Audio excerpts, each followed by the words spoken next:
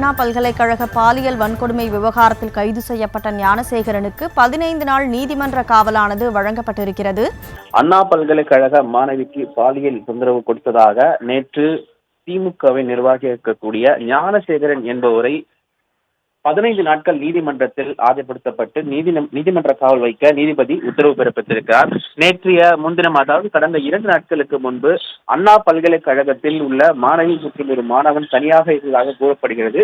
அவர்களிடம் அந்த மாணவனை தாக்கிவிட்டு அந்த மாணவியிடம் தகாத முறையில் நடந்து கொண்டதாக மாணவி கோட்டூர்புரம் காவல் நிலையத்தில் புகார் மனு அளித்திருந்தார். இந்த புகாரின் அடிப்படையில் நேற்றைய முன்தினம் கோட்டூர்புரம் பெண்கள் காவல் நிலையத்தில் வழக்கு பதிவு செய்யப்பட்டது. இந்த வழக்கானது 3 பிரிவின் கீழ் வழக்கு பதிவு செய்யப்பட்டு அண்ணா பல்கலைக்கழகத்தில் இருக்கக்கூடிய கிட்டத்தட்ட 100க்கும் மேற்பட்ட சிசிடிவி காட்சிகளை போலீசார் ஆய்வு செய்திருக்கிறார்கள். இந்த நிலையில் அந்த நபரை தேடும் பணியில் கிட்டத்தட்ட 4 தனிப்படைகள் அமைக்கப்பட்டது.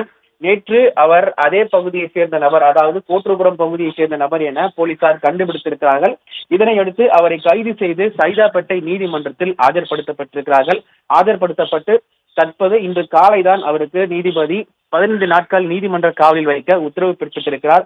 இந்த நிலையில் அவர் போலீசாரால் மாவுக்கட்டு போடப்பட்டு தற்பொழுது ஸ்டான்லி அரசு மருத்துவமனையில் சிகிச்சை பிரிவில் சிகிச்சை பெற்று வருகிறார். இந்த சிகிச்சைக்கு பிறகாக மீண்டும் அவர் புழல் சிறையில் அடைக்க இருப்பதாக காவல்துறை தரப்பிலிருந்து தகவல்கள் தெரிவிக்கப்பட்டிருக்கிறது.